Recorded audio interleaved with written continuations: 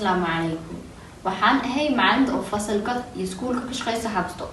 Maanta waxaan ka hadlaynaa Habastock exclusion policy. Exclusion waxaa waaye markii ardayda iskuulka laga buriyo oo laga saaro. Go'aankaasna waxaa qaadka madaxda sare oo iskuulka markay ka tashadaan arrinta. Waxa ay ardayda iskuulka looga buri karo ka mid ah kow inuu gacan qof u qaadko, labo inuu waabsi jiro, saddex aflagaad masahan jabad, afar midab takoor, shan akhlaaq xumo oo joogsanaynin, lix tuugnimo, toddobana darooga mase khamro wax xisaabsan. wax badan aa la raaco intaan ardayda iskuulka laga saari karin. kuwaas waxaa ka mid ah macallimada markuu ardayda fasalka ku jiraan waxay siinayaan digniin waxaa loo siinaa akhlaaq xumo iyo saddex digniin markuu fasalka ardayda helo fasalka waa laga bixinayaa. marka laga bixiyana fasal kale aa la geynayaa oo qaadanayo dibka u geystay. fasalka waa laga bixinayaa waxaa la geynayaa meel oo gooni oo qaato dhibaatada u geysteen. haddee dhibaatada la xalinin waalidka iskuulka imaanayo. ardayda waxaa aadi karaa fasal gooni oo lagu talinayo ardayda akhlaaqda xumadiisa. haddee sii socoto ardayda waa la reebayaa dhowr maalmood. halkan waxaan uga hadlaynaa boolisiga ama siyaasadda u degan iskuulka xagga aqoonsiga waxqabadka.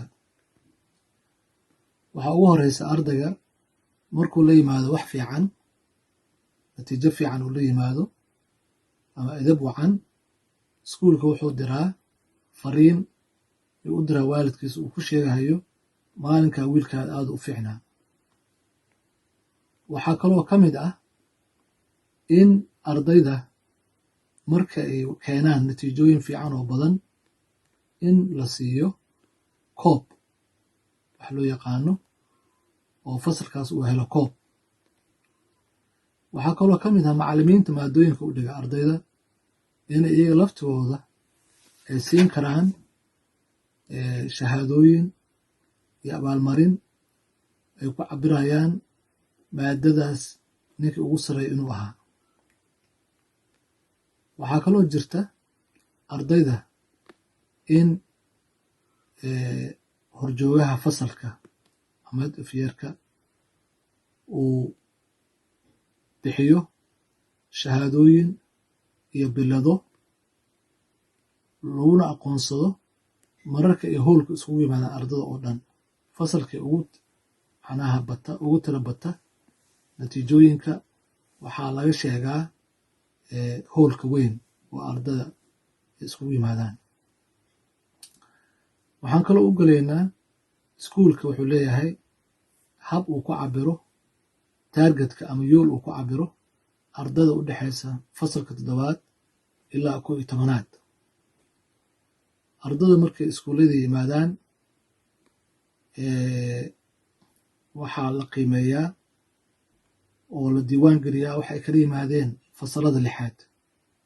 marka ay ka baxaan dugsiga sare waxaa la fiirinay horumarkuu ardaygaas sameeyey iyadoo lagu beesgareynayo lagu jaangooynayo waxa uu la yimid marka uu ka yimid fasalka 6aad ilaa dugsiga sare xageebu gaaro oo horumar ah.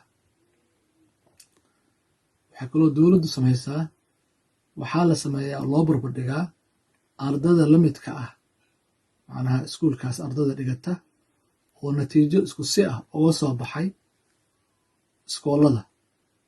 markaasaa la fiiriyaa horumarka iskuulkaas uu gaaray ama uu ku tallaabsaday.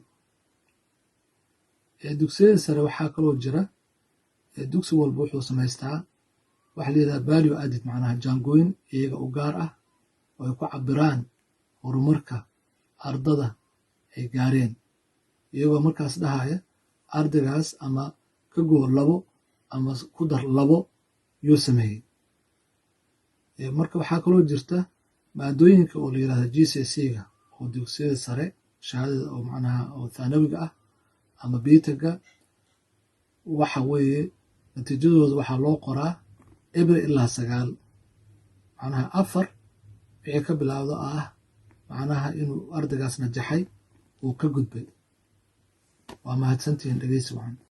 عليكم waxaan ahay macallimada ka shaqeysa Haverstock School maantana waxaan idin kala hadlaa iskuulka sida reportka idin diyaariyo arday kasta waxaan siinaa waani waxaan ugu sameynaa Camden Connection Service horumarid iyo target markay ilmaha gaaraan 6 form arday kasta waxaan siiyaa target grade mise darajo ay ka gaari karaan A-level qualification waxaan ugu siiyaa A star A B C D E mise hadday ku dhacaan waxaa la siin karaa U BTEC qualification waxaa lagu bixiyaa distinction, merit iyo pass hadday ku dhacaan kaasna waxaa la siin karaa fail ardayda markasta la imtixaan laga qaadaa waxaana laga qaadaa sanadka dhammaadkiisa markay iskuulka soo galaan target la siiyaa markaas targetkaas oo ayaga ku jiraan ala fiirina hadday wax loo keenaan waa inaan la hadlo waalidiintooda Year 12 year 13 abdo waxaa loo qabsanayaa parents even term kastaalo reportna waxaa laga qoraa sanad 3 jeer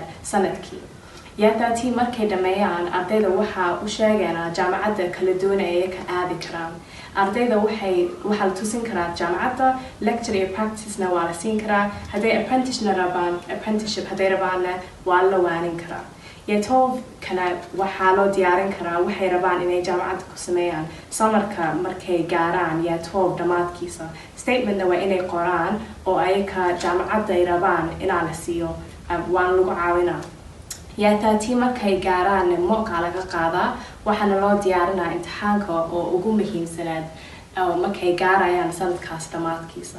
Jazakallah khayr.